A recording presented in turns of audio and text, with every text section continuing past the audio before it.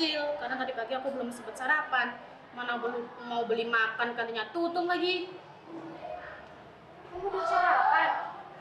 Iya. Kamu gak puasa? Emang sekarang puasa apa? Sekarang tuh puasa hari pertama di bulan Ramadan. Kok nggak tahu sih? Emang iya sekarang hari pertama puasa Ramadan? Iya. Ya gimana dong Sal? Mana tadi aku sudah sempat minum air putih lagi. Hari pertama puasa Ramadan, kok nggak ikut puasa? Ya bener aja rugi dong. Ya kan aku nggak tahu. Gini deh, nanti kalau udah selesai bulan Ramadan kamu bayar aja. Gimana caranya? Kamu ganti puasa kamu di lain hari Ramadan. Emang boleh? Boleh ya. Tapi kok kamu masih tanya gitu? Emang kamu waktu SD nggak pernah diajarin? Aku waktu SD masih belum paham sih tentang puasa. Ya udah, gimana kalau kita tanya langsung aja sama guru kita supaya informasi kita itu lebih tepat dan akurat. Emang siapa gurunya? Dari si Mbak Naira sebelumnya. Oke. Boleh. Jangan 20, 30, 40. Tuh. Hai. Gimana kabarnya? Baik, Bu. Alhamdulillah. Assalamualaikum. Waalaikumsalam. Ini mau tanya tentang apa ya?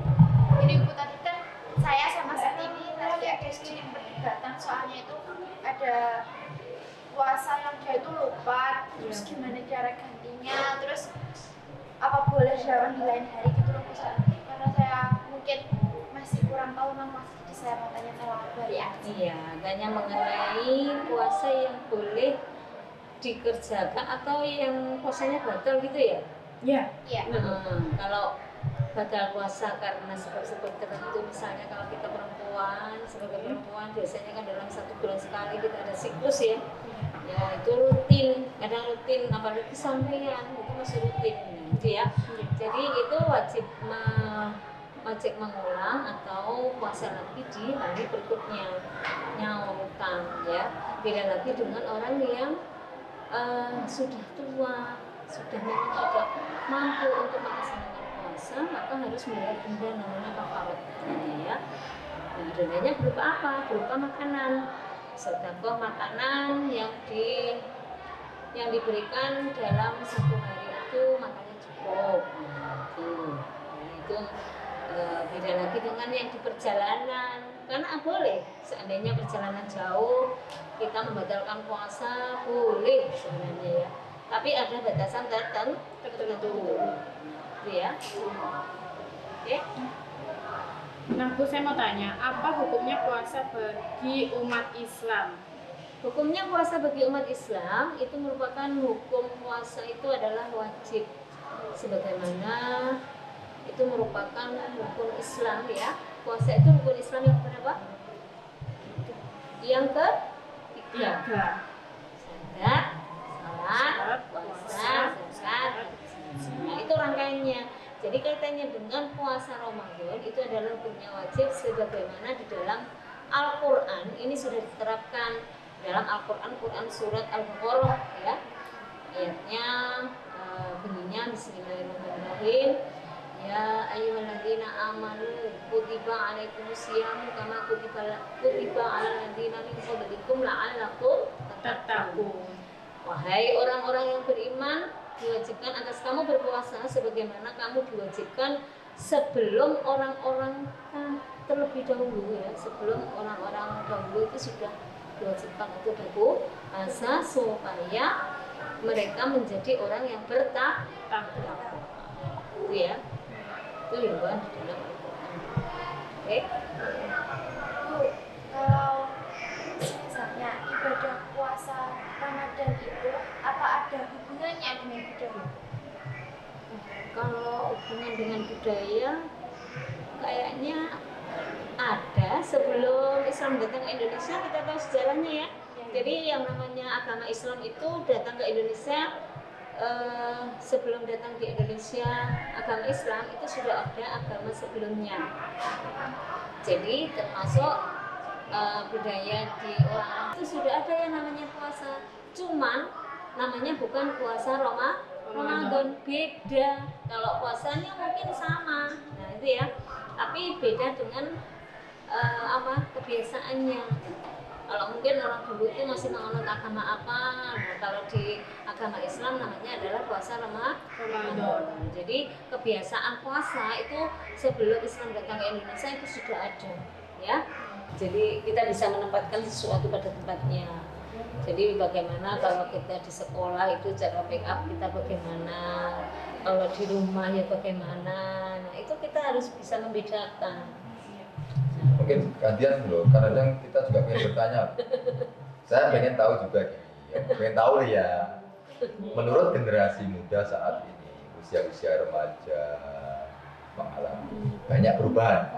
Namanya transisi mencari jati diri. Menurut kalian, faktor yang paling dominan ada pada diri seorang remaja yang mengalami transisi itu saat ini apa? Mungkin kalian juga menjadi perwakilan dari teman-teman kalian untuk yang lain. Mungkin. Jadi menurut kalian yang paling dominan, faktor yang paling dominan itu seperti apa dan harus bagaimana? Mungkin kita nanti pengen tahu juga hubungan keseimbangan. Bisa jadi dari kamu yang namanya siapa? Sasa Nabila. Salsa sama? Ini siapa dulu? Salsa dulu apa Sepia?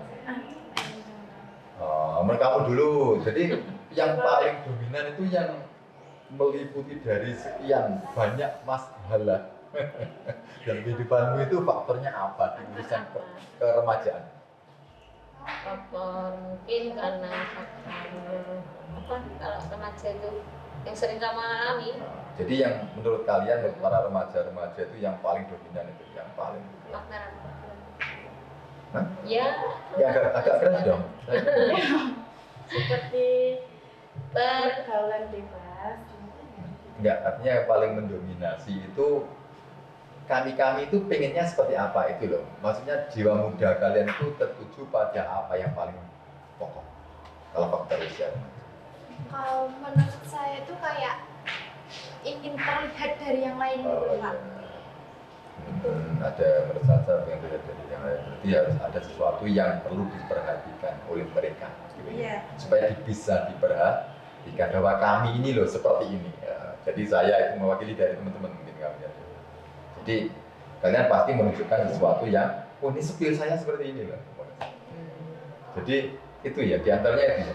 Pengen kalian dihargai, mungkin kalian pengen diperhatikan.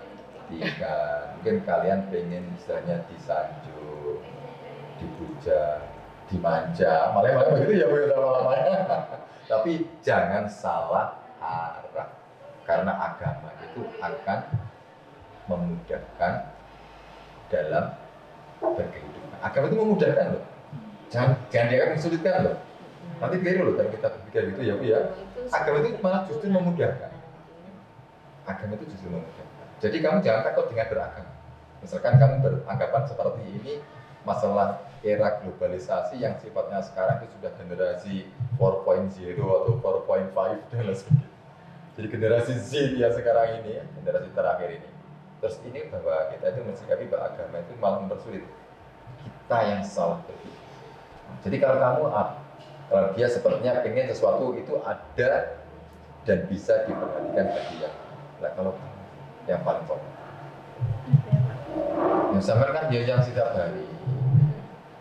Yang jelas menurut saya itu anak sekolah sebenarnya prestasi. Tapi prestasinya banyak secara akademik maupun prestasi secara individu. Yang paling pokok adalah kalau pengen diperhatikan itu bahwa kalian punya prestasi, pasti mempunyai kompetensi yang kadang-kadang orang lain belum tahu. Makanya sekarang banyak kalau kita lihat yang di TikTok kayak Bu ya, anak-anak perempuan yang begitu, yang pokoknya yang disematkan di situ itu kadang-kadang menunjukkan talenta, yang kadang-kadang talentanya itu kurang produktif juga ada loh, mohon maaf ya. Yang kurang produktif itu artinya apa? Kurang memberikan daya dampak positif kepada audiens itu ada. Jadi buatlah kalau kalian sekarang ini sudah mampu untuk bisa menginspirasi, memotivasi, skill-nya itu nanti yang produktivitasnya memberikan daya positif. Daya dukungnya apa? Ya harus ilmiah. Oh, ternyata seperti ini itu teman-teman suka ya. Tapi ini kan membawa dampak positif terkait apa, aktivitas apapun. Yang penting aktivitas positif pastinya nanti akan memberikan dampak. Udah cukup jelas ya. Ya. Masih suka-suka nggak? Suka-suka. Suka-suka bercanda, ria seperti ini. Ya, kita bercengkrama seperti ini tujuannya kita sharing loh ya. Jangan dianggap kami ini benar-benar orang yang ahli fasilitator ya. Kami itu kita sharing, bertukar pikiran, bertukar jadi pendapat. kita juga ingin tahu juga ya Bu ya. Jadi kalau kalian ingin tahu tentang agama, tentang masalah ibadah, dan masalah hal-hal yang lain, bersifat sosial bagaimana. Kalau di hubungan banyak loh hubungannya sosial itu. Contoh aja sekarang ya. Kalau kita memberikan dampak yang positif terhadap masyarakat, pastinya akan sosialnya akan pasti, ya kan? Misalkan kamu ada orang yang di kampung kamu, ada orang yang kekurangan, kamu kasih, sosialnya bagus apa tidak? Dampak jelas itu positif, pasti. Jadi kita akan memberikan dampak yang positif itu bagaimana? Pastinya kita saling memberikan kontribusi satu sama lain. Kalau kamu sukanya itu misalkan apa istilahnya itu ngaji, temennya ada yang sukanya nasib, bisa berkolaborasi. Wah itu bagus, namanya ya, saling mengisi. Mungkin demikian. Maaf kata kami mungkin banyak kurang berkenan di hati kalian, itu wajar, kita manusia. Tapi tujuan kita adalah satu-satunya untuk kebaikan bersama. Prinsipnya adalah niatilah ibadah itu dengan cara menggembirakan dan mendapatkan keberkahan. Insya Allah. Mungkin terima kasih. Terima kasih ya Pak sudah memberi informasi sedikit banyak untuk hari ini dengan beberapa informasi yang lebih akurat dan tepat gitu ya. Soalnya kan ada sedikit perdebatan. Oh iya, wajar. Tapi beda prinsip itu boleh. Beda prinsip itu boleh. Tapi Terima kasih jangan. untuk waktunya hari ini ya Pak. Sama-sama juga mohon maaf dan terima kasih kepada kalian. Saya support kepada kalian, saya menginspirasi kepada kalian. Jadilah generasi-generasi muda yang nantinya akan dicintai oleh masyarakat dan menjadi kebanggaan bersama. Sampai jumpa lagi nanti. Bye. Terima kasih ya Pak. Sama-sama juga. Ya mari. Pak. Assalamualaikum. Waalaikumsalam. Silakan.